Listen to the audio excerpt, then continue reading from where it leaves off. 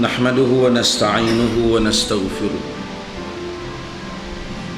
ونعوذ بالله من شرور أنفسنا ومن سيئات أعمالنا من يهده الله فلا مضل له ومن يضلل فلا هادي له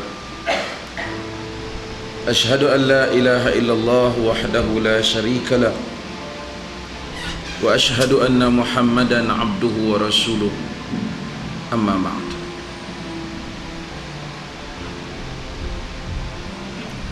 Yang dimuliakan Tuan Pengerusi,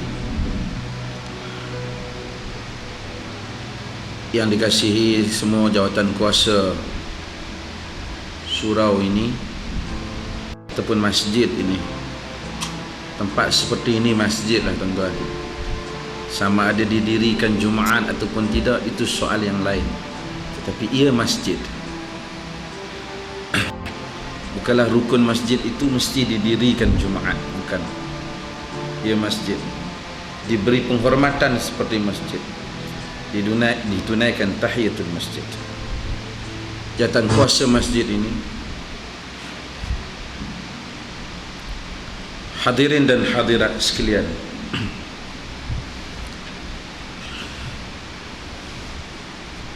dalam musim ini ramailah orang menyambut Maulidin Nabi sallallahu alaihi wasallam.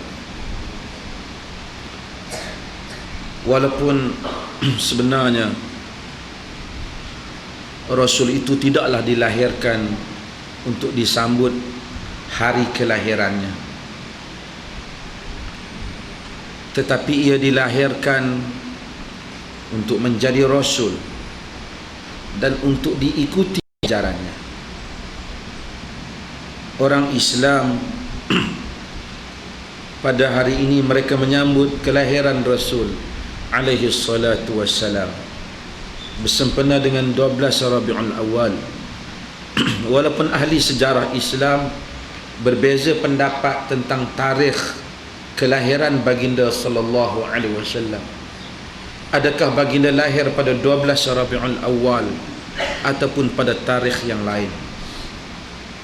Namun semua ahli sejarah mesti sepakat di mana baginda sallallahu alaihi wasallam memberitahu bahawasanya baginda lahir pada hari Isnin seperti yang diriwayatkan oleh Al-Imam Al-Bukhari.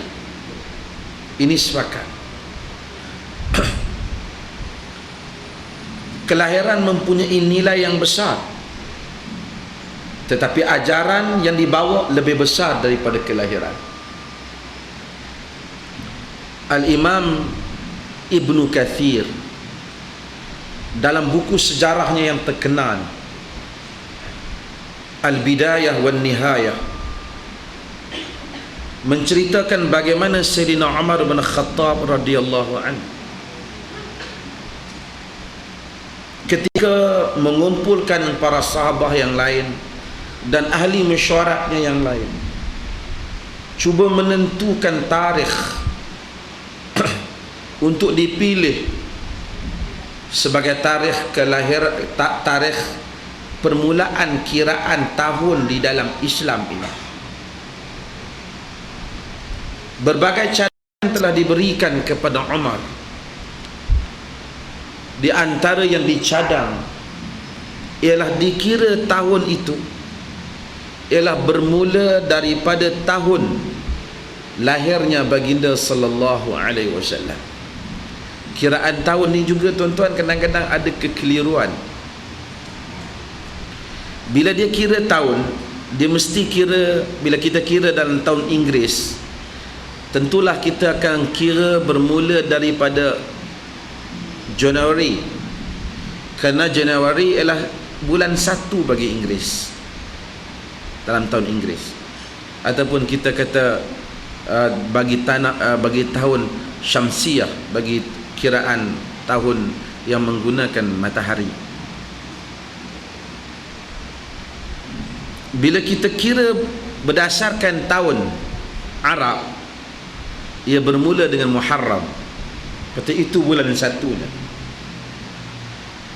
Walaupun hijrah sebenarnya tidak berlaku pada bulan Muharram, Tapi orang oleh kerana sambutan hijrah itu, oleh kerana tahun yang diambil kira sebagai tahun permulaan kiraan tahun di dalam Islam ialah tahun hijrah, maka dia ambil bermula daripada Muharram. Bukan kerana hijrah itu sampai ke Madinah bulan Muharram, tak.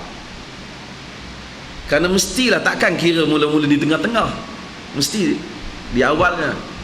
Maka ramai orang salah faham, lalu dia sangka Muharram itu tahun Nabi hijrah, bulan Nabi hijrah. Tak, kiraan tahun. Katakanlah kita buat negara kita ni, kita nak kira semula tahun dia, nak ada kiraan yang tersendiri. Mungkin kita akan bermula pada tarikh kemerdekaan, tahun kemerdekaan 57. Tapi kita tentu tak bermula nak kira pada bulan Ogos. Mesti kita akan kira bermula Januari. Jadi 58, tahun 58 Januari ialah kira tahun 1. Atau 57 tahun 1. Bila masuk Januari 58 kira tahun 2, taklah masuk Ogos. Generasi yang kemudian salah faham, dia sangka merdeka pada 1 Januari misalnya lah. Tak apa, itu biar. Tapi saya ingin bawa tuan-tuan kepada Umar bin Khattab tadi, Amirul Mukminin. Umar bin Khattab radhiyallahu anhu, diberi kepadanya beberapa cadangan tentang tarikh yang patut untuk dikira bagi tahun-tahun Islam. Di antara yang dicadang ialah tarikh Maulid. Bukan maulud, tuan-tuan. Maulud ni, maulud tu bayi yang dilahirkan. Kullu mauludin yuladu 'alal fitrah. Maulud tu setiap anak yang dilahir tu maulud. Orang Melayu panggil maulud dulu. Sebenarnya maulid, tarikh kelahiran. Bukan dicadangkan tarikh maulid kepada Umar. Umar menolak. Umar menolak kerana Umar tidak mahu meraihkannya dalam bentuk erti kata nanti disalah fahami, sama pula dengan orang Kristian yang meraihkan, meletakkan tahun kelahiran Yesus. Tetapi Umar mengambil hijrah kerana hijrah lebih besar maknanya. Kemenangan itu besar, tersebarnya dakwah itu besar. Bila sampai Rabiul Awal, ramai orang Islam mengingati Nabi. Alhamdulillah, tak apalah, mengingati Nabi sesuatu yang baik. Tetapi Nabi tidak berpada untuk diingati pada bulan Maulid saja.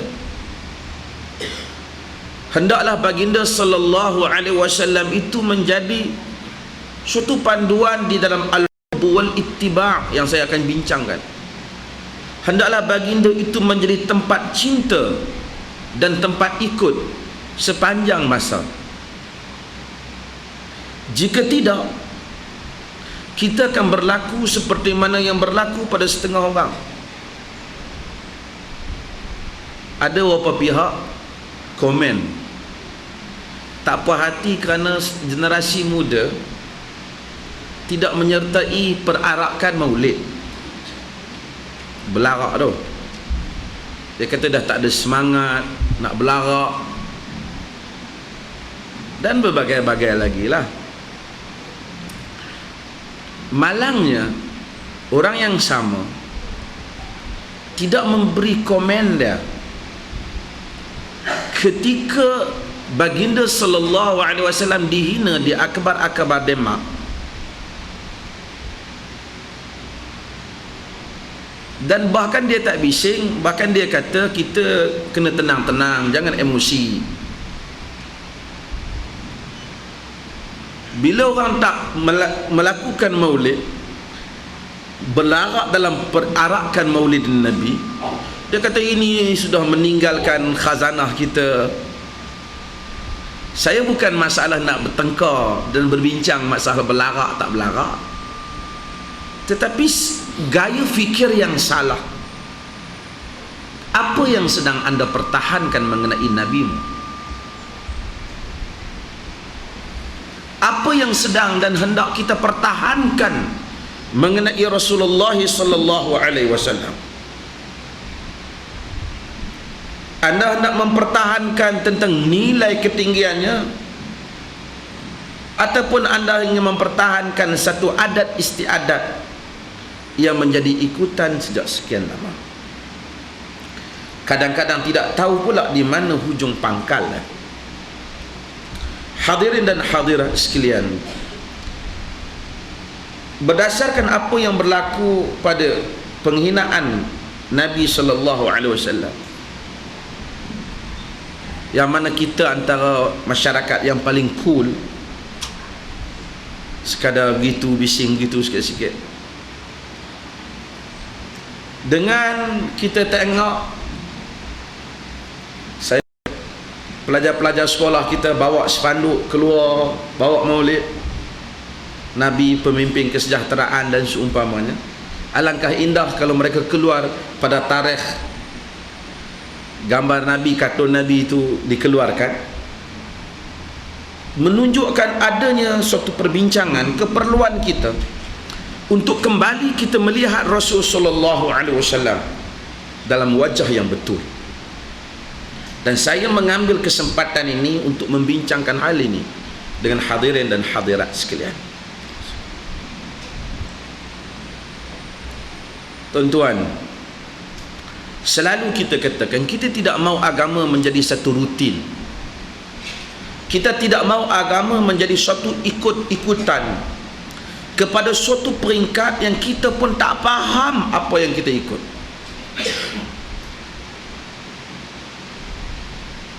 Hadirin dan hadirat sekalian,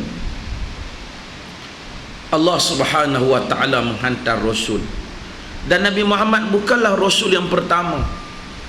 Telah terdahulu sebelum daripadanya para rasul. Sebab itu pada hari kematian Nabi sallallahu alaihi wasallam, kewafatan baginda, apabila orang lain semua gelisah kerana baginda wafat, apa kata Abu Bakar Siddiq? Dia masuk, dia tengok Nabi sallallahu alaihi wasallam, Nabi benar-benar wafat. Dia keluar, dia tengok Umar yang tidak tenteram, dan sahabat lain lagi, dan orang lain yang buat ulasan, kalau memang benar Muhammad itu Rasul, kenapa dia wafat? Rasul mana boleh mati? Kita semua hafal apa yang Abu Bakar kata. Kata, ayuhan nas, man kana ya'budu Muhammadan fa inna Muhammada qad mat, wa man kana ya'budu Allah fa inna Allah hayyul la yamut. Kemudian beliau membaca firman Allah, wa ma Muhammadun illa rasulun qad khalat min qablihi rusul afa immata aw in qutil inqalabtum ala a'qabikum wa man yanqalibu ala akhibaihi falan yadurrallaha syai'a wa sayajzillahu syakirin. Wahai manusia, sesiapa yang menyembah Muhammad, sesungguhnya Muhammad telah mati. Sesiapa yang menyembah Allah, sesungguhnya Allah itu maha hidup dan ianya tidak mati. Kemudian dia membaca firman Allah, tidaklah Muhammad itu melainkan seorang rasul, seperti mana telah diutuskan rasul-rasul sebelum daripadanya. Apakah sekiranya Muhammad itu mati ataupun ianya bunuh, maka tumit-tumit kamu akan berpaling. Sesiapa yang tumitnya berpaling, dia tidak akan memberi apa-apa mudarat kepada Allah. Sesungguhnya Allah akan membalas orang-orang yang bersyukur kepada nikmat-Nya. Sahabah radhiyallahu anhum ajma'in menyambung tugas Rasul. Ada orang yang murtad. Allah Subhanahu wa taala Al-Hayyul Qayyum, yuhyi wa yumit. Allah Taala yang maha hidup dan maha berdiri, mendirikan segala-galanya. Segala kehidupan bergantung dengannya. Ia menghidup dan mematikan. Jika ia mahu, ia boleh meneruskan Rasulnya hidup. Tetapi ia mengambil nyawa Rasulnya kerana kepentingan bukanlah pada tubuh Rasul, tetapi kepentingan ialah pada ajaran Rasul. Yang hendak dipertahankan itu ialah ajaran yang dibawa oleh Rasul, bukan hari lahirnya, bukan hari matinya.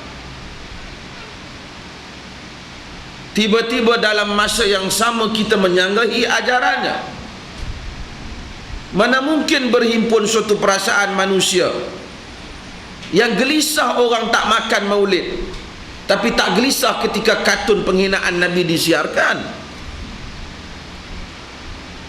Kemana perginya cara fikir agama yang betul?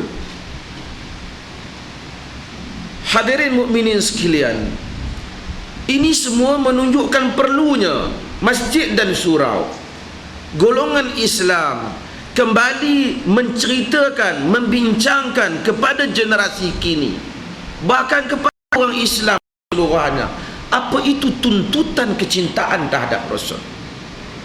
Yang kata cinta-cinta ni apa? Ramai manusia ni kata cinta. Kita pun cinta ke anak kita, kita pukul dia. Kita cinta ke isteri kita, tapi tak semua benda dia kita ikut.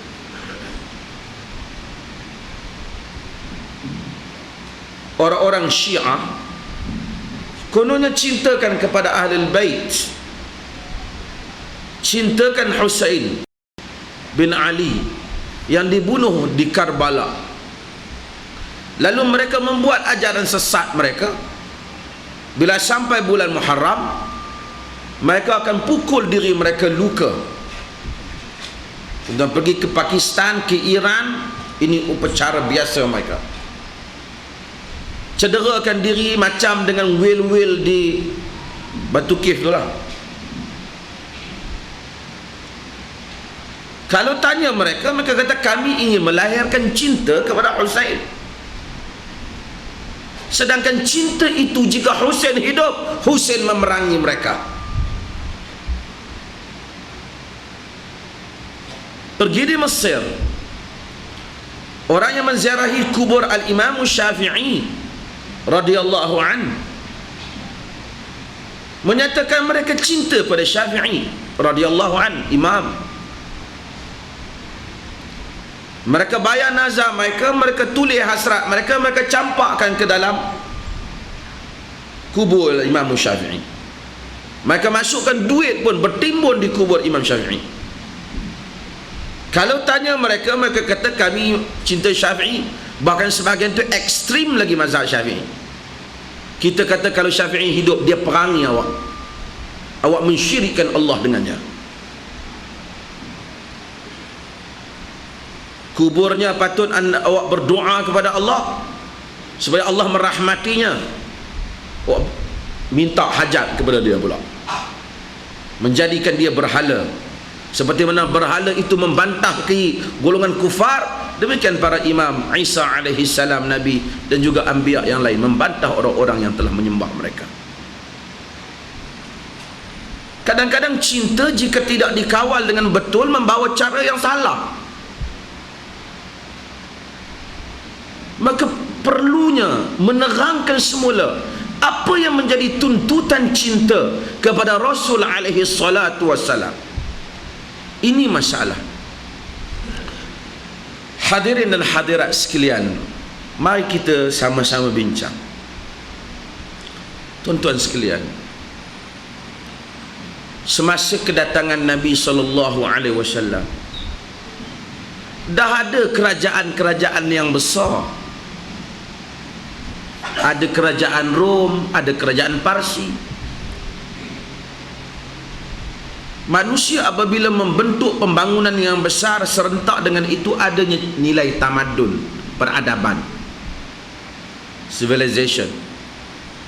Peradaban ini mungkin dia membentuk cara fikir mereka, sikap mereka, Tentu mereka juga orang cerdik. Kalau tak cerdik, mereka tak boleh membangunkan suatu kuasa yang besar. Sama ada dia zalim, dia tidak zalim, itu usaha yang lain. Tetapi kebijaksanaan tentu ada.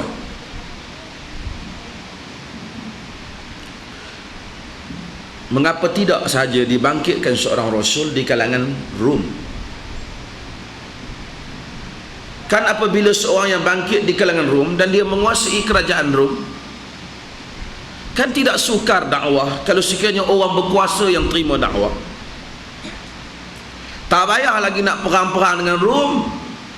Orang Arab takut dengan Rom. Duit Rom, duit Parsi. Jika mereka lalu dalam kawasan Rom, mereka hormati Rom, maka berikan hadiah kepada gubernur-gubernur Rom.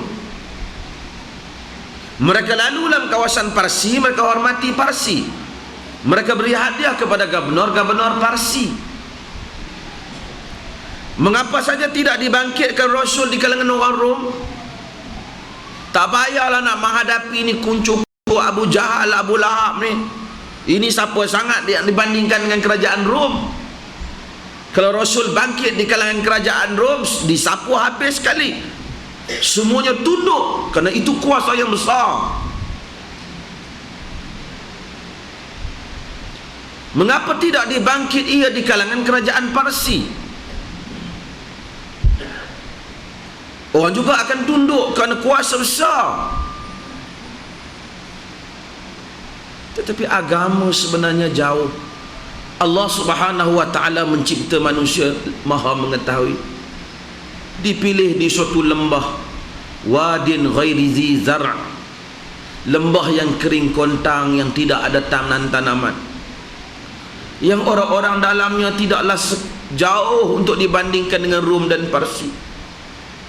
Lahir pula seorang lelaki anak yatim untuk menghadapi dunia dan segala isinya. Suatu bebanan yang sangat besar untuk dipikul.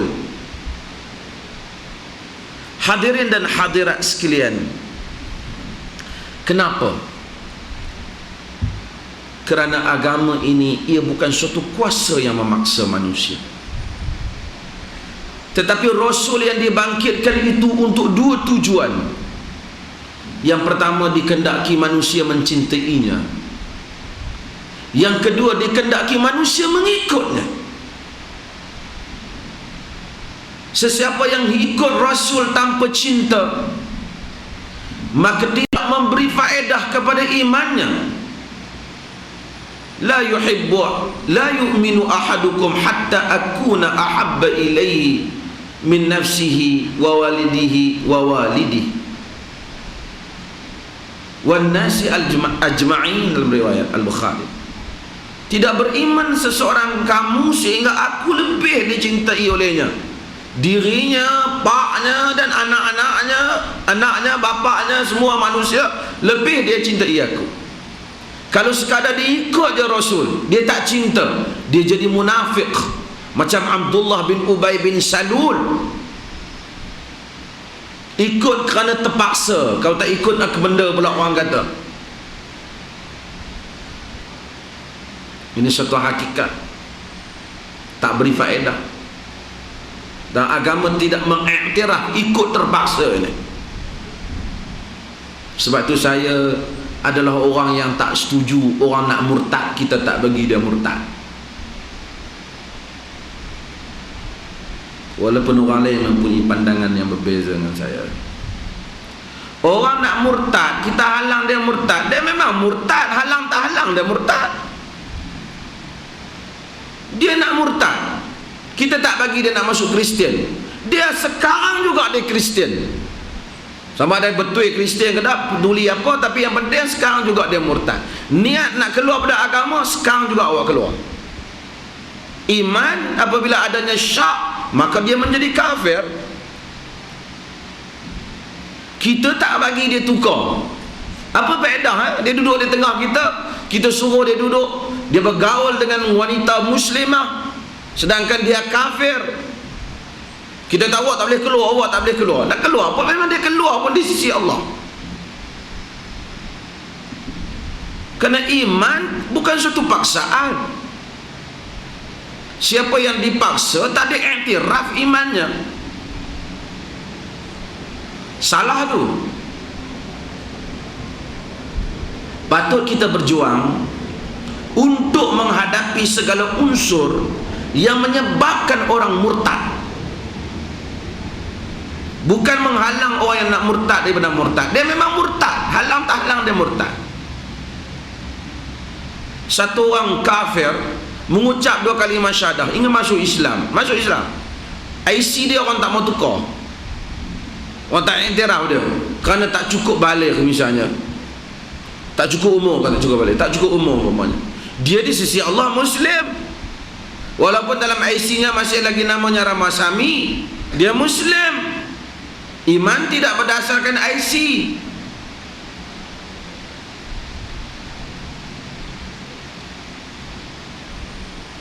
Orang yang nak murtad, dia murtad kerana iman paksa tak dikira. Itu satu hakikat.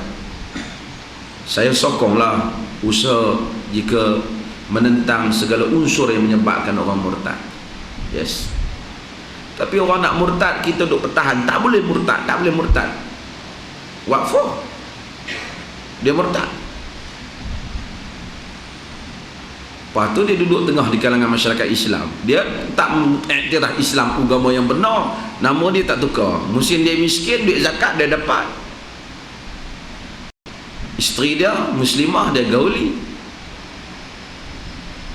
Kan masalah semua tu. Cara faham kita barangkali perlu dibaiki. Baik, balik kita pada perbincangan ini. Dia untuk dicintai dan dia untuk diikut. Jika dia dibangkitkan di kalangan kuasa besar, dia mungkin diikut tetapi dia tidak dicintai. Sebab itu tuan-tuan, hadirin dan hadirat sekalian, Al-Imam Al-Bukhari meriwayatkan, apabila Abu Sufyan dia pergi berdagang di negeri Rom, Maharaja Rom panggil dia.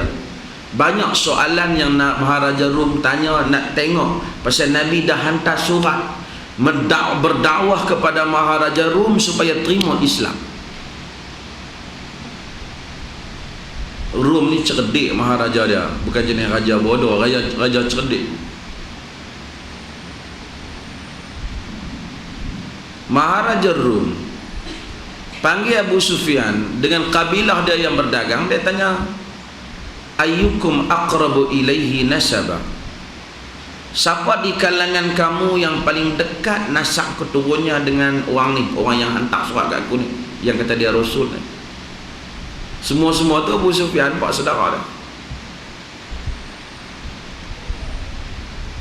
Dia panggil supaya Abu Sufyan duduk di depan.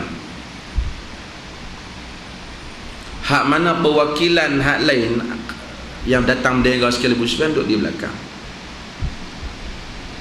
Dia tak boleh cakap faham Arab, dia pakai penterjemah. Dia kata, inni sa'ilun hadzal rajul fa in kadzdzabani fakazzabu fa in kadzabani fakazzabu. Aku tanya orang ni, kata. Ni Abu Sufyan, orang depan ni Abu Sufyan. Jika dia bohong aku, kamu tolong bagi tahu kata dia bohong. Dia raja pandai dulu lah, dia duduk jadi hamba duduk belakang, apa syarat kata dia bohong.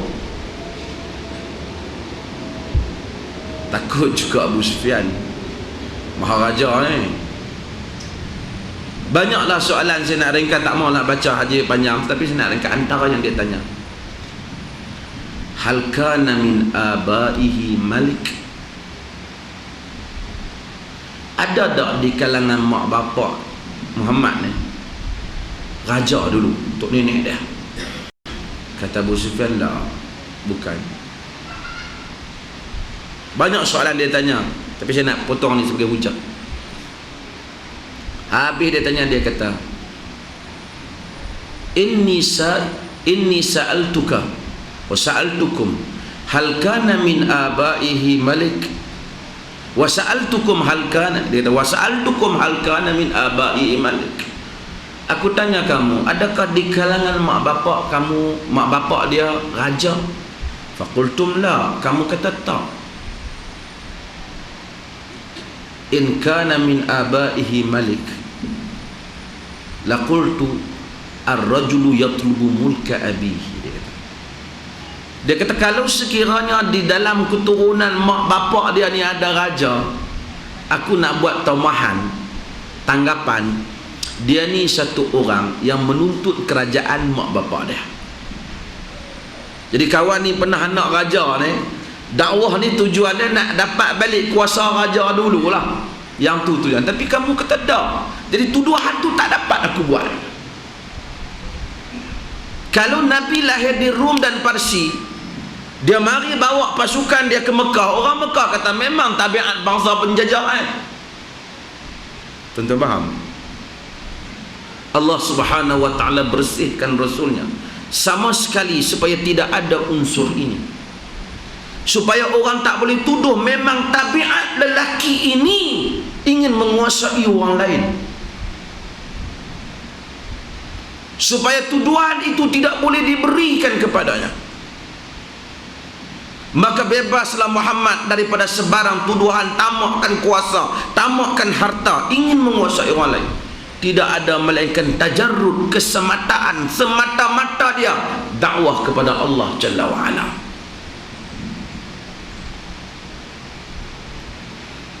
Hanya ini sahaja yang boleh membangkitkan di dalam perasaan manusia itu al-hubb, perasaan cinta kepada Rasul. Maka kita akan tengok para sahabat Nabi sallallahu alaihi wasallam mempunyai kecintaan pada Rasul dengan tahap yang ajaib. Tuan-tuan, dunia ini manusia ada tanggungjawab dia. Sebab tu orang gila kita tak ambil iktiraf. Dia buat pun kita tahan, nak kira dengan dia gila.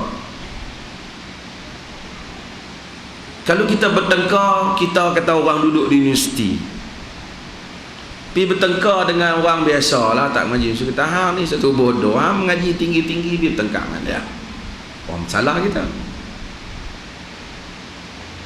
Kalau kita orang tua pergi bertengkar dengan budak tepi jalan, dia kata hang satu bodoh, hang orang tua pergi bertengkar dengan budak-budak. Dunia ini sentiasa menganggap orang yang lebih cerdik mempunyai tanggungjawab yang lebih. Hadirin mukminin sekalian, dunia ni manusia cerdik pun ramai.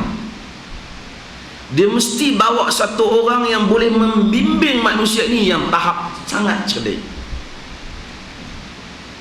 supaya orang lain boleh ikut dia, supaya dia boleh robah dunia ni. Siapa nak robah dunia? Kita tengok ada berapa jenis manusia dalam dunia ni. Ada manusia taraf dia raja, orang berkuasa, masuk kampung, masuk negeri, jahanam negeri, orang paksa, dia paksa orang terpaksa ikut, tapi orang tak sayang kepada mereka. Tuan-tuan, raja-raja ni walaupun kadang-kadang tak kira lah raja mana pun, saya cakap umum lah kan, macam-macam orang keluarkan buku berjiwa rakyat, kasih sayang pada rakyat, tulis happy, tapi rakyat sendiri dia tahu berjiwa rakyat ke tak berjiwa rakyat. Saya kadang-kadang pergi satu negeri, tengoklah dalam satu hari jadi berjiwa rakyat kan, berita berjiwa jiwa rakyat juga. Driver teksi kata tapi balak hilang juga, kata sama, rakyat tahu.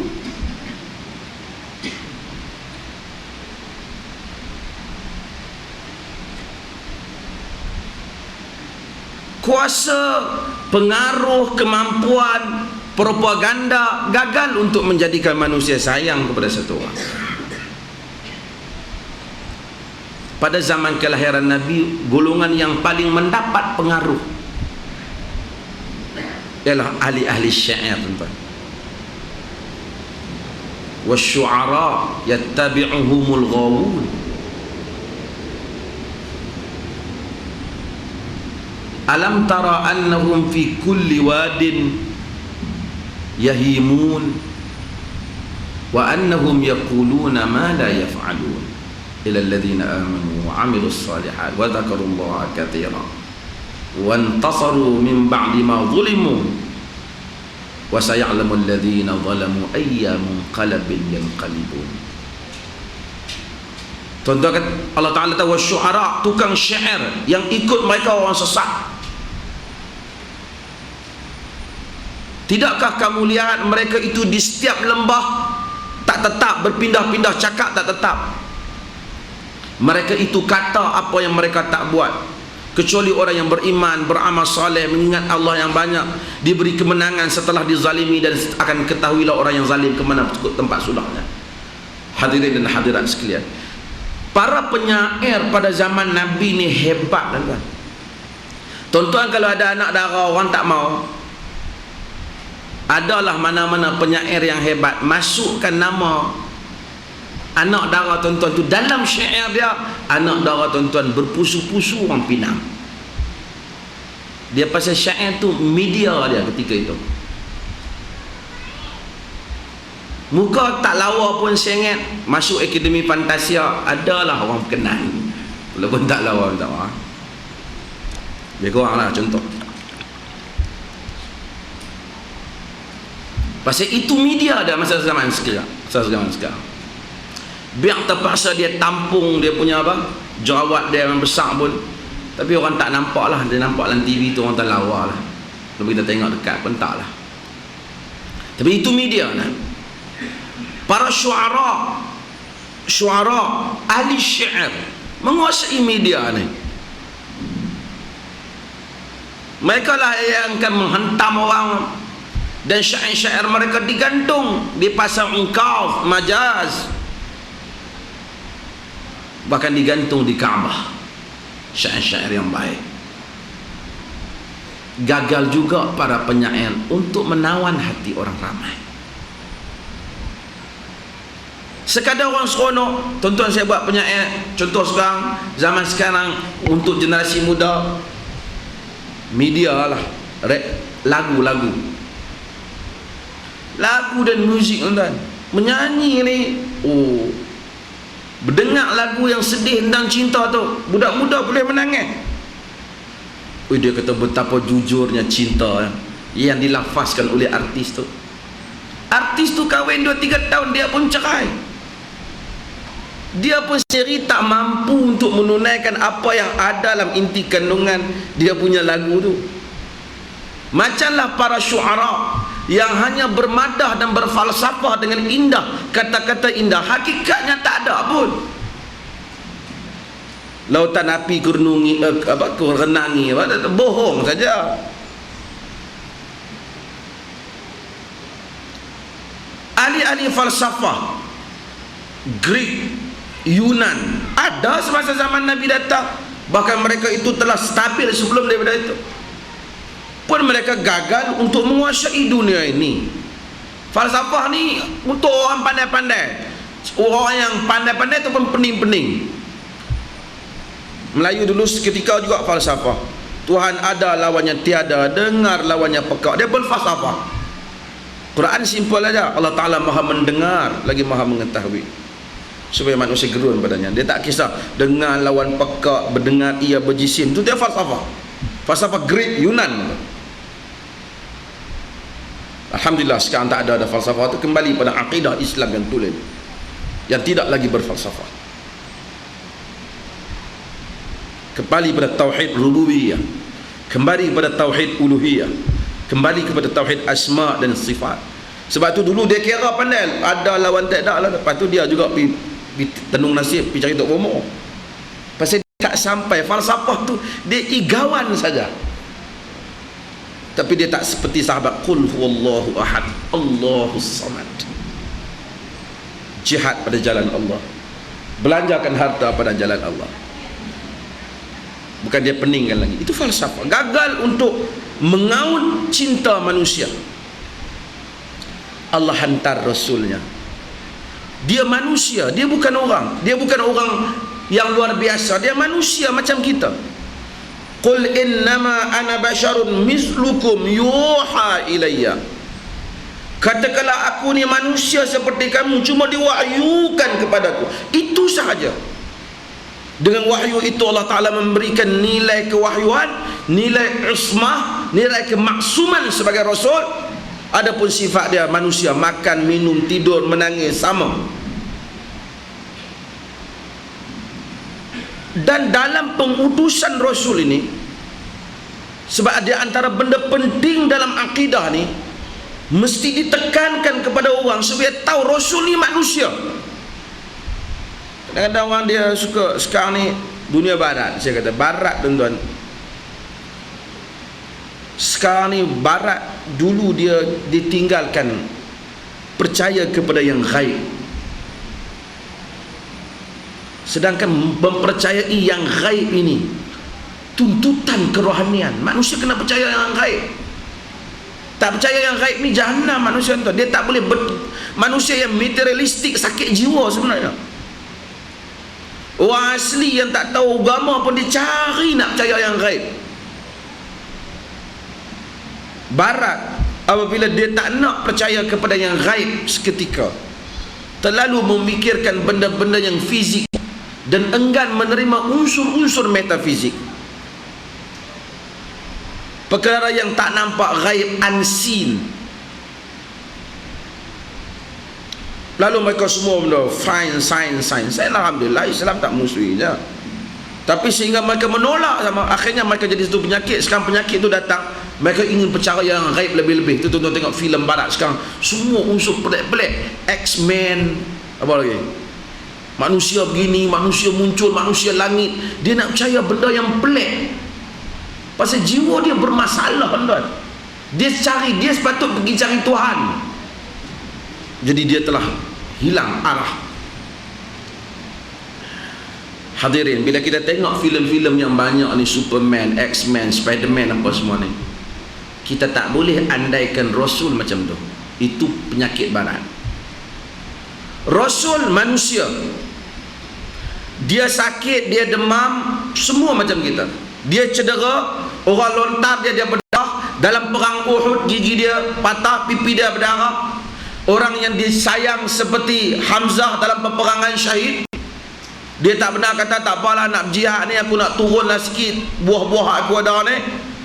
Nampak baca ayat ni 3 kali langkah kiri kanan, mandi minyak, hampa kebal. Tak ada.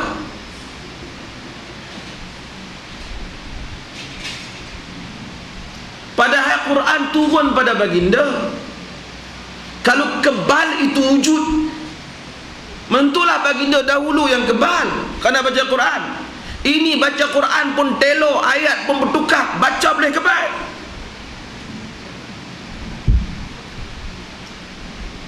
Ada kita boleh duk percaya. Lepas tu berbola, inilah kerohanian Islam. Kerohanian Islam kat mana?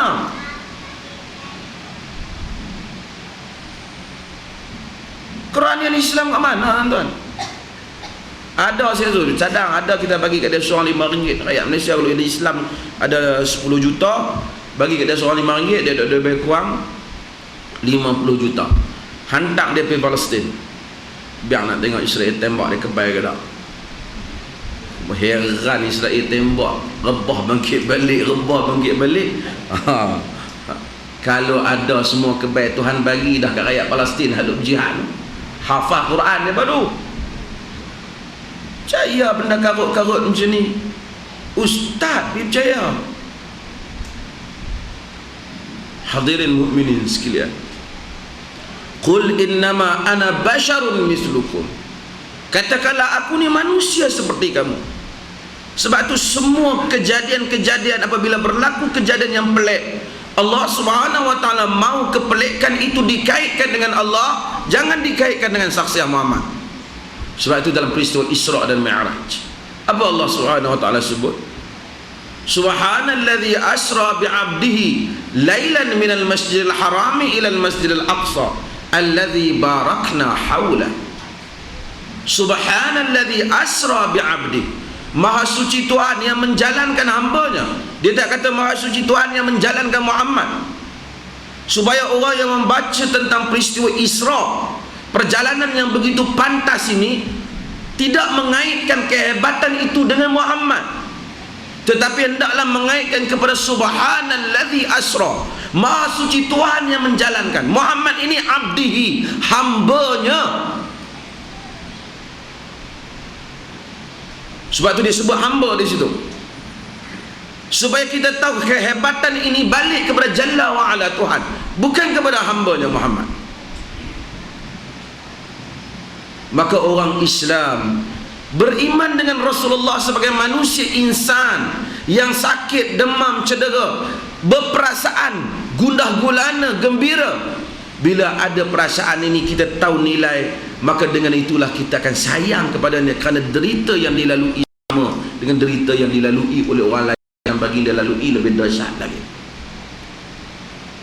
Kalau baginda dilontar ke Taif, dilontar kemudian tak luka, macam ilmu kebaik depa kata daripada baling-baling batu jadi buah kurma. Tuan-tuan, apa artinya? Kita pula pergi dakwah Islam, dia kata, weh Rasul tak apalah, kita nak dakwah biar Rasul dia baling batu jadi kurma, kita jadi batu main kepala sini, kepala kita lah berdarah, kepala kita lah jadi batu. Kita tak boleh lah nak ikut tu. Alasan ini tak ada. Alasan ini tak ada. Sebab itu, laqad kana lakum fi rasulillahi uswatun hasanah. Sesungguhnya bagi kamu pada diri Rasulullah contoh yang baik. Tak boleh lagi orang kata, tak ada lagi Rasul tak apalah, kita lain. Ini tak boleh kata. Sehingga dalam masalah salat, apa yang tak dilakukan oleh Rasul tak boleh kita lakukan, dan kita tak boleh kata tak apalah, kita nak mencantikkan lagi Rasul. Tak apalah, awak nak bawa satu ajaran lebih baik daripada Rasul. Kadang-kadang orang kita kata dalam semayang Rasul tak kata. Dia awak nak berdoa, Allah apa, Allahumma inni as'aluka ridhaka wal jannah, wa ta'ala, tapi assalamualaikum, kemudian awak doa assalamualaikum baru awak doa. Tidak sabit daripada Nabi hal macam tu. Dia tak apa, kita nak elokkan lagi. Awak nak elokkan lebih daripada Rasul. Rasul tak apalah, dia kata Rasul dah kemah dah. Jadi kita ni lain. Jadi silap Tuhan nanti satu contoh yang tak boleh kita buat contoh. Awak nak kata begitu? Sebab itu agama melarang menokok tambah dan mereka perkara di dalam agama tanpa melalui contoh teladan Rasul. Balik kepada masalah cinta ni tuan-tuan. Bila tuan-tuan tahu nilai cinta, nilai demikian Rasul mengharumi kesusahan diri, maka timbulnya suatu perasaan cinta kepada dia, kerana dia korban. Dan timbulnya satu unsur bersih akidah kepada Allah tanpa syirik. Orang datang kepada Nabi sallallahu alaihi wasallam, ya Rasulullah, bima sya'allah wa bima syi't. Wahai Rasulullah, dengan apa yang Allah dan engkau kehendaki. Nabi kata, ataj'aluni lillahi nidda, kamu jadikan aku ini sekutu Allah? Qul bima sya'allah wahdah, katakanlah apa yang Allah sahaja kehendaki.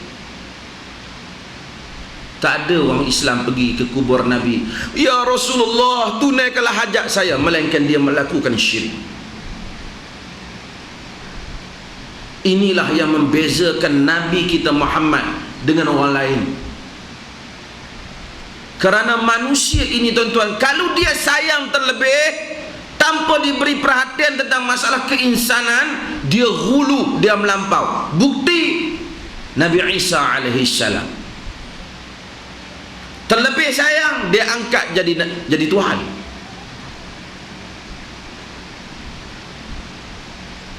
Uzair terlebih sayang dia angkat jadi Tuhan. Dan ramailah Gautama Buddha ke apa, kita tak tahulah dia ni dulu siapa, Nabi kata Nabi, tapi yang pentingnya terlebih sayang angkat jadi Tuhan. Maka Nabi sallallahu alaihi wasallam, Quran selalu menyebut tentang abdu, dan Nabi bila hantar min Muhammad rasulil abdihi wa rasulih, hambanya dan rasulnya, supaya tak mengulangi apa yang telah dilakukan oleh orang-orang Kristian. Maka tak ada dalam ajaran Islam ni panggil wahai Rasulullah, marilah bagi hajat saya, tak ada. Apa yang dilakukan oleh orang-orang terdahulu yang menyembah Manat, yang menyembah Suwa', yang menyembah berhala-berhala yang Quran sebut itu, ialah kerana mereka adalah orang-orang alim yang orang sayang, lama-lama mereka sembah agama haram dan ni.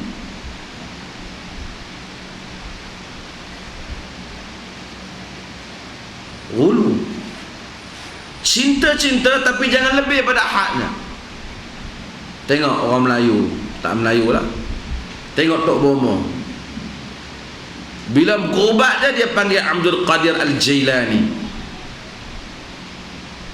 Wahai Syekh Abdul Qadir Al-Jailani, sekian-sekian mari. Syirik, apa beza awak memanggil, apa beza awak yang panggil dengan orang Kristian yang memanggil Jesus? Di mana tauhid Islam yang bersih, yang kita sebut wahdahu la syarikalah, hanya kepada dia dan tidak ada sekutu baginya.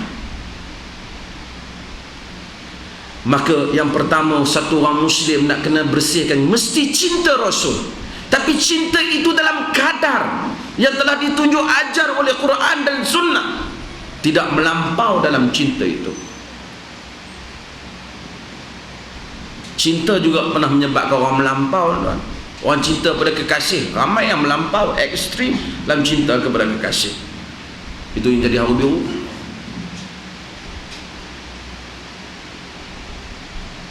Syiah, cinta kepada Ali, pada Ahlul Bait, itu yang menjadikan mereka sesat. Saya sebut Syiah kerap ni pasal Syiah ambil kempen di Pulau Pinang ni.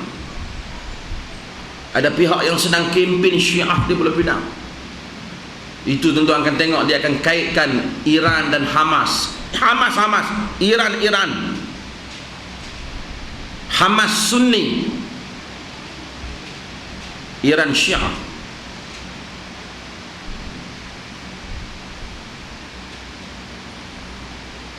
Kempen Syiah ni dia tajam, halus dia. Kita kena tahu, you sesat, you mengagungkan manusia lebih daripada Allah. Pergilah ke Iran tu, ya Husain, ya Ali, melebihi ya Allah. Tak percaya pergi Iran tu, tengok. Saya pergi dah tu, saya kata. Semua di jalan-jalan tu, ya Husain, ya Ali, lebih daripada kata-kata ya Allah. Ali Al-Madad, dia panggil Ali pemberi pertolongan. Cinta kalau tak betul bawa kepada ghulu, melampau.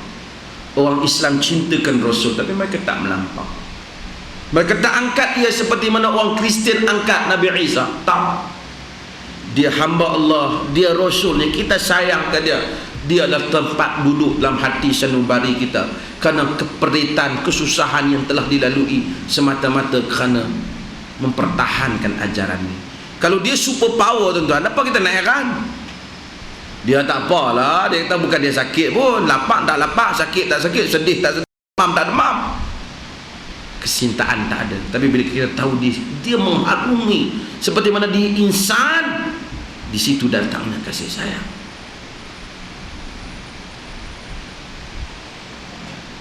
Sebab tu bila kita tengok dalam rancangan tu Bersamamu, anak yang menceritakan tentang bapa dia yang susah, walaupun dia dah kaya, dia menangis. Kata ayah saya korban, dia kata. Orang lain pun ada ayah juga cerita, ayah orang lain pun korban juga, tapi oleh kerana ayah dia korban susah, ayah orang lain korban juga, pergi kerja, tapi kerja dalam kereta yang baik, tempat duduk yang hawa dingin, gaji yang tebal. Dia tahulah ayah dia bagi benda, tapi dia taklah sedih dan dia taklah sayanglah juga, tapi dalam nilai yang berbeza. Walaupun dia duduk tak apa selesa, tapi bila dia tengok ayah dia yang korbankan dia teruk, sayang dia lebih. Kalau kita, Allah Ta'ala hantar Nabi ni pukul tak sakit, demam tak demam, sedih tak sedih, tikam tak cedera, boleh datang satu kasih sayang. Hadirin mukminin sekalian sayang pada Rasul. Masalah sayang ni tak berapa jadi masalah. Ramai orang sayang pada Rasul. Dan sayang ni kadang-kadang tak boleh membawa apa-apa makna dalam banyak hal. Ini yang kedua ni saya nak tegaskan. Sayang ni tak bawa banyak makna.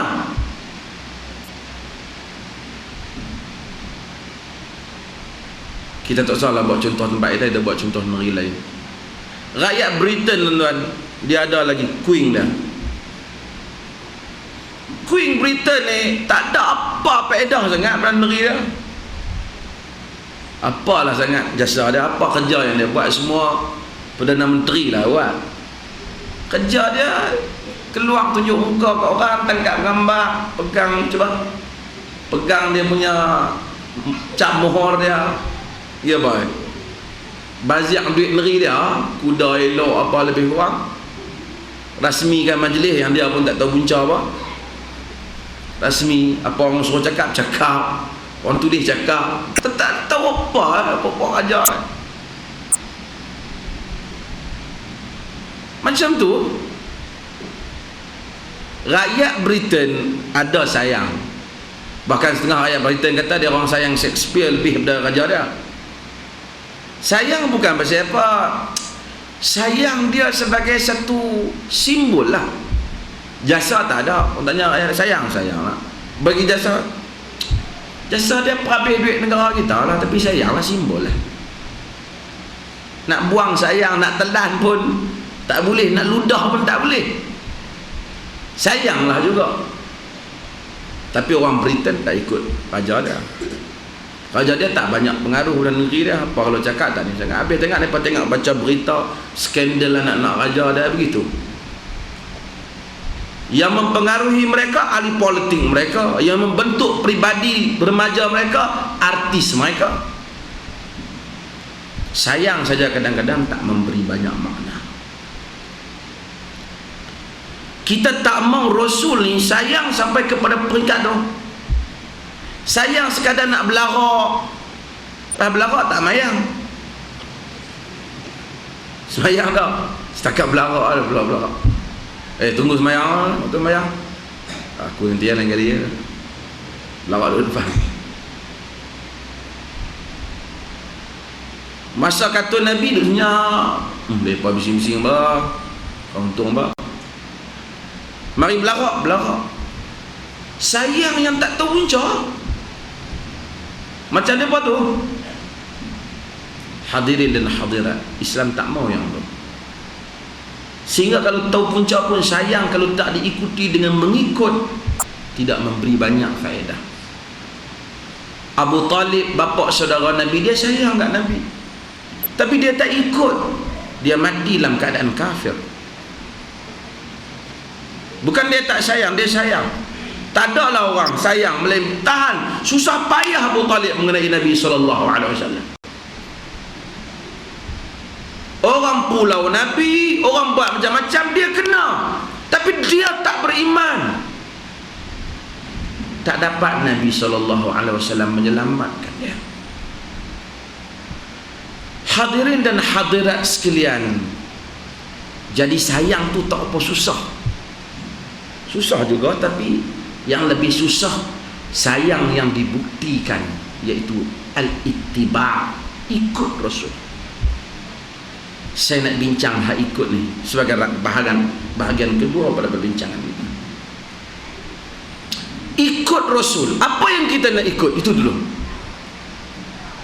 Kita kena ikut Rasul yang mana di dalam perkara itu tak wujud dalam dunia ini melainkan dengan datangnya Rasul. Apa contoh? Salat Rasul, akidah yang dibawa oleh Rasul, salat Rasul, puasa Rasul. Kadang-kadang orang tak biasa, ustaz, salat, puasa. No, tak biasa. Saya akan ceritakan. Orang suka ikut benda yang Boleh ikut, tapi benda kalau Rasul tak datang pun benda tu ada. Tak begitu penting. Orang tak setuju mungkin, tapi fuqaha ahli usul kata macam jubah. Saya pakai jubah dah, saya pernah cakap. Jubah ni Nabi tak main pun ada jubah ni.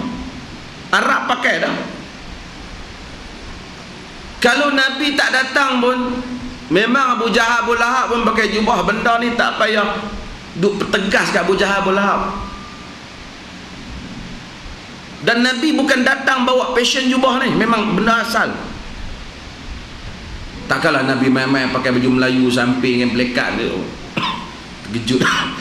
Terkejutlah Abu Jahal Abu Lahab. Dia tahan dah bawa ajaran pelik, baju pun minta nak tengok main mana. Yalah dulu kan ada TV pun nak tengok. Oh ni daripada Melaya pun barangkali tak ada macam tu.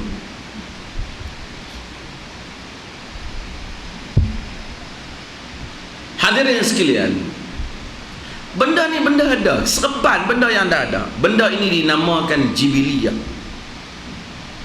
Benda yang bersifat kearaban dan keinsanan Rasul. Ulama khilaf, dia sunat ataupun tidak, khilaf. Tak sepakat. Mungkinlah dia sunat kalau orang pakai kerana cintakan Rasul. Tapi jubah tu sendiri tidak ada nilainya. Melainkan nilai kalau kerana siapa pasal pakai jubah, kerana saya rasa tahu walaupun Arab dulu pakai tapi Nabi pun pakai, saya pakai kerana Nabi pakai. Mudah-mudahan dapat pahala cinta. Tapi kalau setakat pakai untuk saya kira Arab hak pakai tu macam hak penipu kita pakai. Cuma tengok ni pesta bola. Nak main penuh stadium semua pakai jubah. Mengalahkan orang tawah. Ada pakai jubah. Pergi Thailand mana pakai jubah.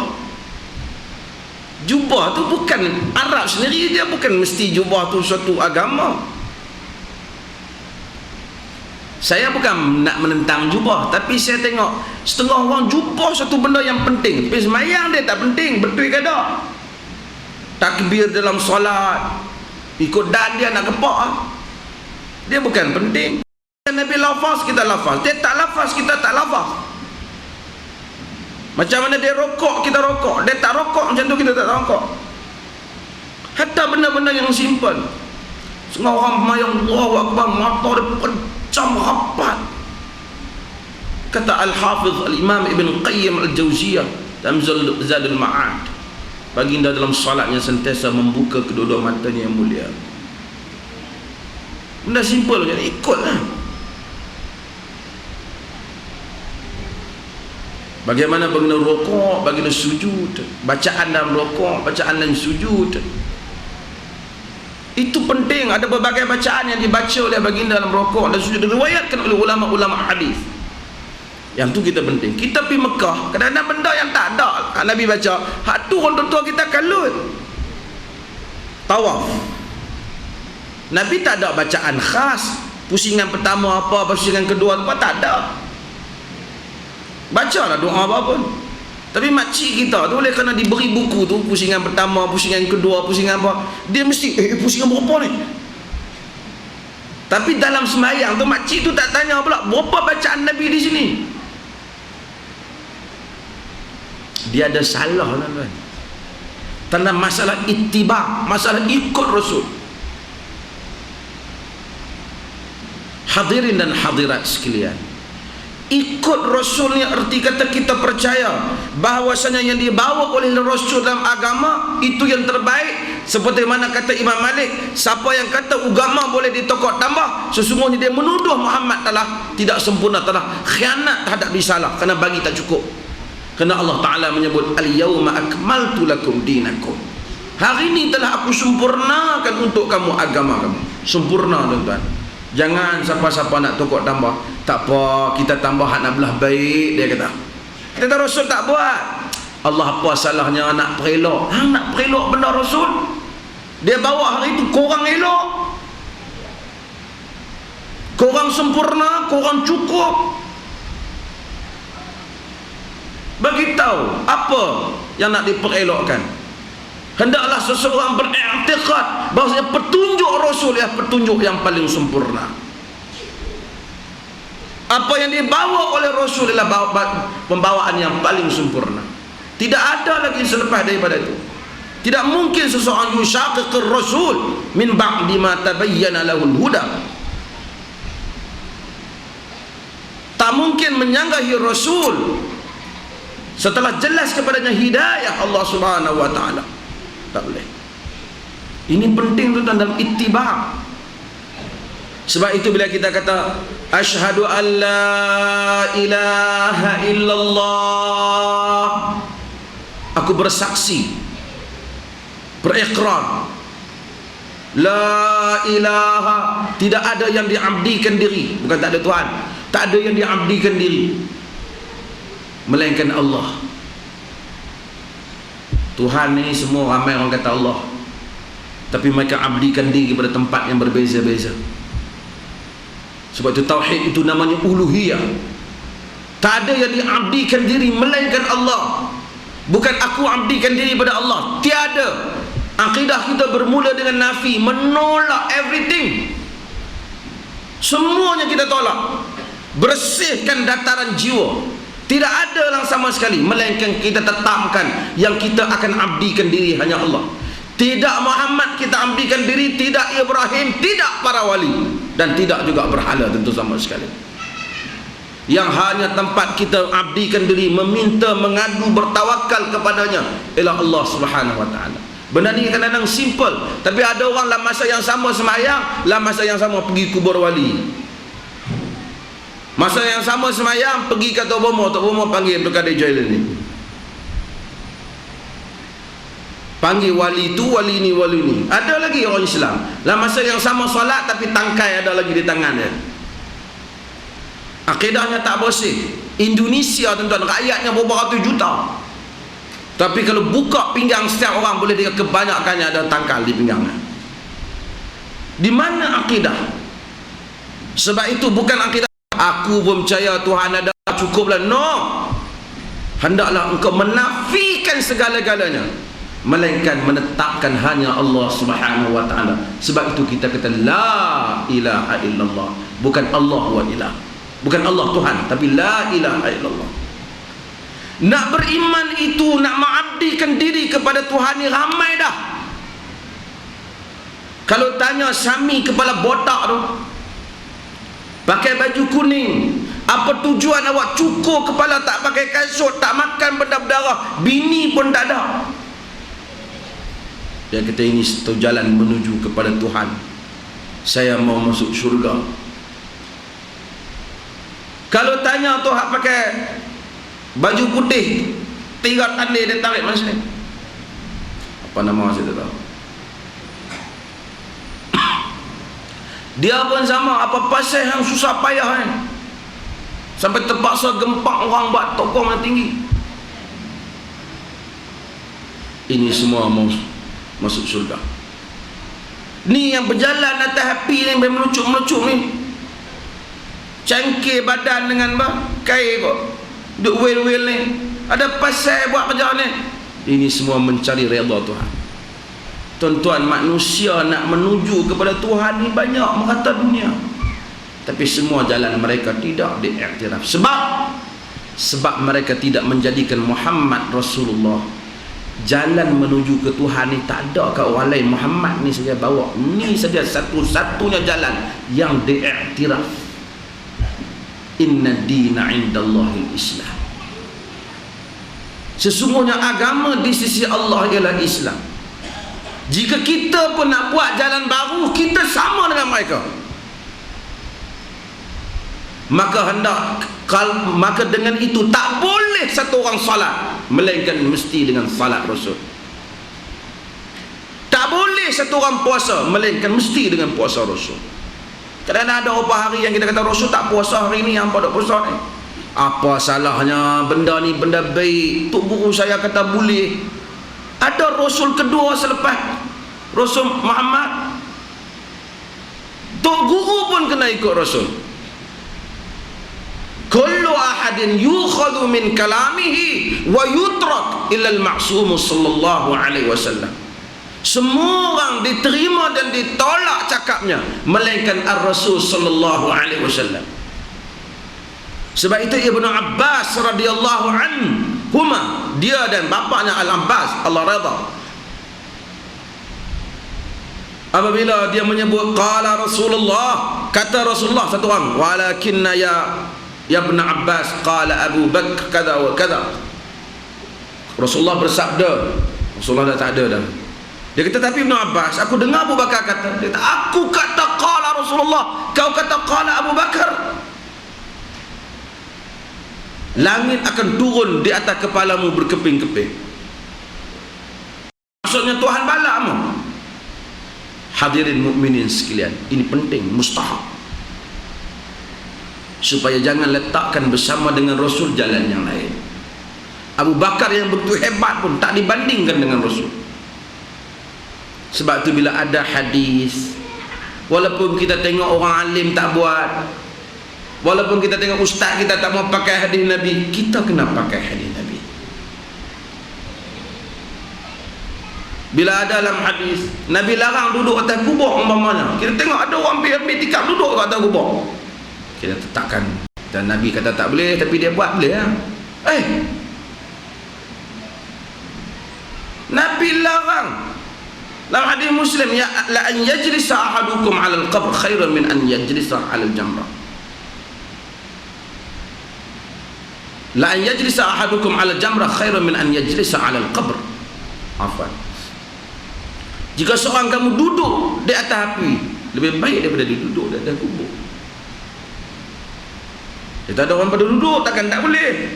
Ukuran yang bukan dengan perbuatan mereka, ukurannya ialah qala Allah dan qala Rasulullah sallallahu alaihi wasallam.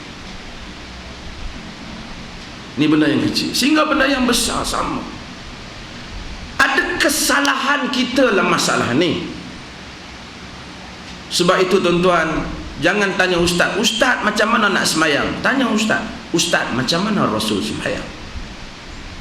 Bila ustaz kata ni saya nak petua satu semayang ni bagus ni, tanya ustaz, adakah semayang ini diambil daripada Rasulullah? Oh dah, Rasulullah tak buat, saya punya produk. No ustaz, awak bukan Rasul.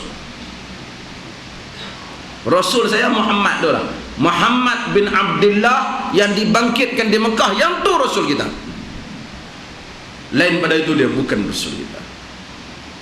Dia mungkin boleh bagi pandangan, dia boleh mengajak, tapi bila dia bagi pendapat, kita mesti tanya dia, daripada mana hal ini diambil? Agama ni tak ada dalam dada kepala siapa pun tak turun wahyu, dua sumber saja, Al-Quran dan Sunnah. Inilah makna ittiba', inilah maksud ikut tuan-tuan. Dan inilah maksud yang ramai orang jadi keliru. Dia mau cinta tapi dia tak mau ikut. Dan hadirin dan hadirat sekalian, kita menyeru kepada ikut ni.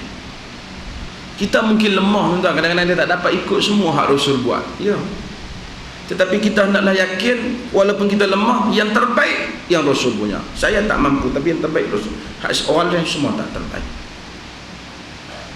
Sehinggalah masalah puasa, sampailah masalah haji, sampailah masalah yang lain-lain dalam kehidupan. Hari Nabi puasa, kita puasa.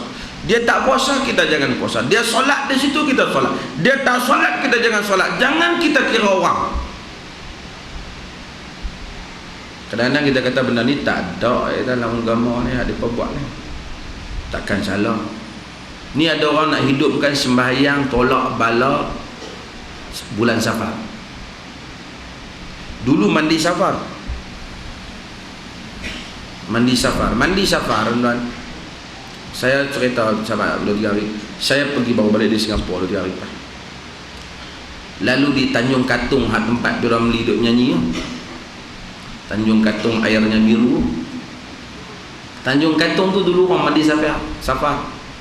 Bila depa mandi Safar, kata orang Singapura, bila Safar, yang supervisor untuk mandi Safar ni ustaz lah juga. Dialah yang tulis apa semua. Tapi dulu orang buat. Tapi sekarang orang tahu benda tu salah. Kalau kita atas kaedah tak kalah orang ramai salah, mandi Safar masih orang mandi. Dulu orang nikah apa orang tak buat rah kunyit. Sekarang orang tahu itu ajaran Hindu. Kalau atas kaedah tak kalah tu guru salah, benda tu apa yang buat? Ilmu bertambah tuan-tuan. Cakap orang agama bukan semuanya hujah, Rasul yang hujah. Gus Dur. Ni saya nak sebut Gus Dur, banyak tempat saya sebut. Gus Dur ni kiai, bekas Presiden Indonesia. Orang Indonesia tuan-tuan, ramai orang celek-celek, dia pilih Gus Dur yang tak apa nampak. Dalam 200,000 rakyat Indonesia yang cerdik, 200 juta rakyat Indonesia yang cerdik, yang celek tu dipilih Gus Dur. Pasal kiai, Gus Dur itu darahnya biru, mereka kata. Darah wali. Sunan, berapa sunan kali jaga sunan, dia tu salah sunan, kali jaga, kali bangkit, kali dia tu.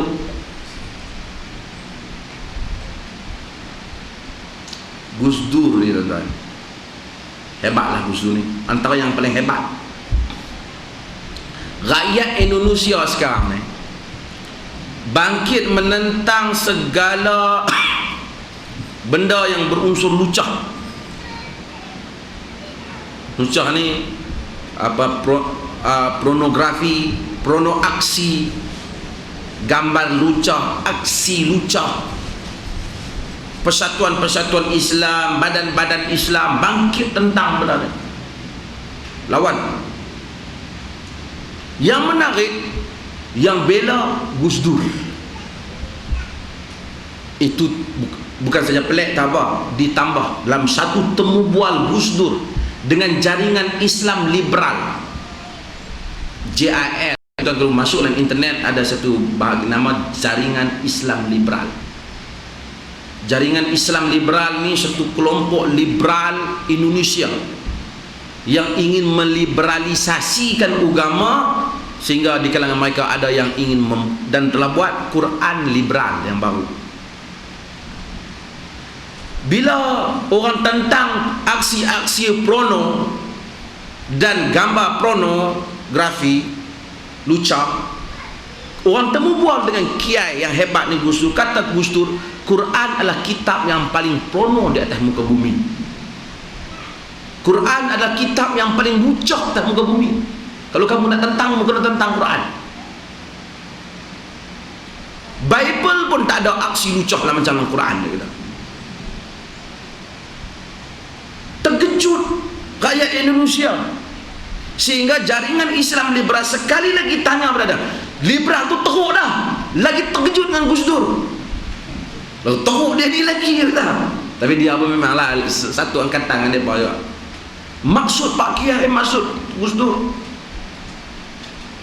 maksud saya, dia kata Quran banyak cerita tentang menyusukan anak, semua tu aksi lucah dah. Quran kitab yang lucah, dia gelak, wartawan tulis, dia gelak dah. Tuan-tuan, satu orang agama boleh kata Quran kitab paling lucah hanya kerana nak membela aksi-aksi. Dia kata dibandingkan semua majalah lucah, aktiviti lucah, gambar lucah, Quran lagi lucah kata. Orang agama bukan ukur betul salah. Rakyat Indonesia lain nak ikut Gus Dur, betul ya, ini kiai. Sebab tu saya kata masalah ittiba' ini, ikut Rasul. Semua orang mesti diadili perbuatannya, perkataannya berdasarkan hadis-hadis Rasul. Hadirin mukminin sekalian, oleh kerana itu maka perkara ini mustahab, mesti himpunkan dua benda. Kita dah tengok adanya di kalangan manusia ini yang cinta Rasul, mereka tak ikut. Ada yang ikut, mereka tak cinta. Kita hendaklah cinta dan ikut. Hadirin mukminin sekalian, mulai hari ini di tempat tuan-tuan dan semua, mesti bila orang mengajar agama, tuan-tuan kena tanya dia, Ustaz, dalam apa yang Ustaz ajak tadi, adakah padanya hadis Nabi untuk kami dengar yang sahih, yang sabit daripada Nabi? Hadis banyak tuan-tuan, mereka palsu banyak. Mari maulid, ada orang buat reka hadis, siapa yang membelanjakan 1 dirham maulid pahala sekian-sekian. Maulid ni 300 tahun lepas Nabi lahir, baru kerajaan Syiah Fatimiyah buat. Mustahil hadis tu ada. Kalau tidak, kalau ada hadis tu Sayyidina Umar tak bincang lah. Banyak cerita-cerita palsu ni mesti ditapis. Dan ikutan kita pada Rasul, saya nak petik apa yang Syekh Maulana Sulaiman An-Nadwi, dia tulis satu buku dia yang baik, Ar-Rasail Al-Muhammadiyah, merupakan himpunan daripada ceramah dia. Dia kata sirah yang kita teringin nak ikut ni sirah manusia yang wujud dan tulen. Sirah yang tak tulen orang tak teringin ikut. Kita buat cerita satu watak palsu yang tak ada, lepas tu kita nak ikut, kita tak mau. Tapi kita nak ikut manusia yang wujud dan ceritanya benar. Nabi Isa tu banyak ceritanya tapi tak benar yang ada pada tangan orang Kristian. Nabi kita banyak ceritanya, sebagainya cerita tu direka oleh orang tak benar. Kita nak yang benar. Macam mana nak yang benar, Ustaz? Kita ada hadis yang sahih, Bukhari, Muslim, dan hadis-hadis lain yang dijelaskan oleh ulama hadis sebagai sahih. Jika tidak, kita jangan ikut yang tidak sahih. Ini mustahab, ini penting. Hadirin dan hadirin mukminin sekalian, kembali kepada Rasul ini, maka mudah-mudahan kita benar-benar menjadi orang yang mengikut dan mencintai baginda sallallahu alaihi wasallam. Ikut cinta ni, kita cinta dah alhamdulillah, selalu kita sebut sallallahu alaihi wasallam. Ikut ni kita kadang-kadang tak tahu nak ikut apa. Mai orang ni kita tuan-tuan, kita nak ikut Rasul, dia bombang, kita pun tak tahu nak ikut apa. Saya kata tuan-tuan kena ikut pertama dalam akidah. Akidah mesti sama dengan akidah Rasul. Tak boleh kepercayaan yang karut-marut ni masuk dalam pemikiran kita. Dan mari lagi Muslim tiba-tiba ada cerita-cerita pelik main. Sehingga kadang-kadang benda tu tak pelik, tuan-tuan sekalian, kadang-kadang benda mayat jadi khinzir. Ada satu Malaysia cerita orang tak pergi masjid, mayat jadi khinzir. Dari segi lain pun tak ada bukti, dari segi fakta pun tak ada bukti. Tapi kita nak tanya, Abu Jahal perang dengan Nabi punya dahsyat. Nabi mati dia dalam perang tapi tak jadi khinzir pun mayat dah. Takkan dia ni tak pergi masjid, tepi rumah saja jadi khinzir?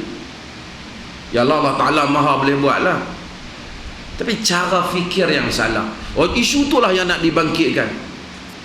Bukan dia nak bangkitkan benda yang usul. Akidah mesti akidah Rasul. Kalau akidah tak macam akidah faham, mesti ikut Rasul, itu yang percaya tetap kebal. Baca ayat Quran ada khadam. Oh ni khadam ni, saya dapat khadam. Khadam ni khadam dalam 3 Abdul tu ya. Khadam Jamal Pak Tongku hak jual unta dah yang panjang hak tu. Mai mana ayat Quran khadam-khadam pula ni. Hasan al-Banna dia telah lama lawan benda ni sejak di Mesir. Ramai yang percaya kata ikut Hasan al-Banna, tapi khadam percaya. Bukan pentinglah Hasan al-Banna tu, yang pentingnya ikut akidah Nabi SAW. Ayat khadam lah apa, bukan nak faham ayat Quran. Itu yang jadi masalah orang Islam, dia tak ambil faham tu. Di mana ayat nak bagi menega laku? Bukan dia tak tanya ayat mana nak ikut bagi menega ikut peraturan Quran, dia tak tanya ayat mana nak bagi menega laku, ayat mana nak bagi orang perempuan berkenan. Bukan nak tanya ayat mana nak pilih perempuan, mana ditunjuk cara pilih perempuan nak betul. Cara faham, ikut akidah Rasul, ikut ibadah Rasul. Yang Rasul ibadat, kita ibadat. Dia tak ibadat, kita jangan buat. Jangan tokok tambah ni banyak sangat, tuan-tuan. Dan banyak bila kita larang, dia kata Allah apa ni duk kalut benda ni. Hak mana orang tak semayang lagi teruk. Ya akhi, agama ni 2 benda salah. Terlebih pun salah, terkurang pun salah. Kata Syekhul Islam Ibn Taymiyah rahimahullahu ta'ala dalam Majmu'atul Fatawa, kata dia 2 jalan ialah kedua-duanya jalan syaitan. Syaitan nak sesatkan orang tu, sama ada ifrat atau tafrid. Dia jadikan satu orang tu melampau-lampau, ataupun dia jadi manusia tu cuai. Sebab agama antara al-ghali wal jafi, antara yang melampau dan yang cuai. Kalau dia melampau, dia buat hak Nabi tak buat pun kita kena larang. Dia tak buat langsung pun kita kena lawan. Dua-dua kita kena lawan. Mai-mai dia sembahyang subuh 4 rakaat, takkan kita nak kata mai apa sembahyang 4 rakaat subuh ni hang kalut apa kuno tak sembahyang langsung pun boleh dia nak kata tu. Hak tak sembahyang langsung pun kita marah, hang pun kita marah, hang tokok tambah. Kita apa ni duk kalut orang duk baca Quran apa Nuh tak baca langsung no. Dua-dua. Baca pun kena ikut Nabi, tak baca pun tak boleh. Dua-dua salah. Syaitan menyesatkan manusia bukan satu jalan, dua-dua jalan syaitan, kata Ibn Taimiyah. Main-main bila buat amalan. Orang puasa sampai hari raya pun duk puasa. Kita tak buka puasa hari raya nak boleh puasa. Haram kan? Aku ikhlas yang penting, apa masalah? Mana boleh Nabi tak bagi?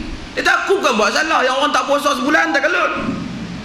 La ilaha illallah. Mana hang tahu aku tak gelut? Orang tak puasa sebulan pun aku lawan. Hang yang tambah hari pun aku lawan. Agama dua-dua salah.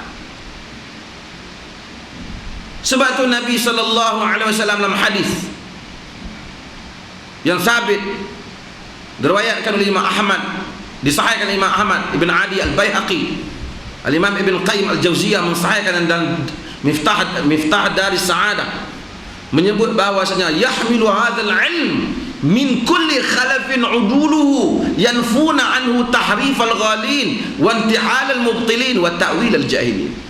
Agama ini akan dibawa oleh setiap generasi orang yang amanah dan adil. Apa kerja para ulama ni? Mesti menafikan daripada agama tahrif al-ghalin, penyelewengan orang-orang yang melampau. Dia melampau lebih pada Nabi suruh banyak ni, dia nak pergi lajak lebih. Ada wantihal mubtilin, tokok tambah ahli-ahli batil. Tak ada dia tokok tambah. Hadis palsu dia orang masuk, fadilat palsu dia orang masuk, kita tokok tambah, kita lawan. Wa ta'wil al-jahilin, dan takwilan orang-orang yang jahil. Ni hak geng liberal lah, kita lawan. Tiga-tiga ni mesti dihadapi bagi mengikut Rasul alaihi wassalatu wassalam. Terima kasih hadirin dan hadirat sekalian di atas jemputan ini. Saya mohon kemaafan di atas panjang ucapan ini. Mudah-mudahan Allah Subhanahu wa taala rahmati kita semua. Sekian, wassalamualaikum warahmatullahi wabarakatuh.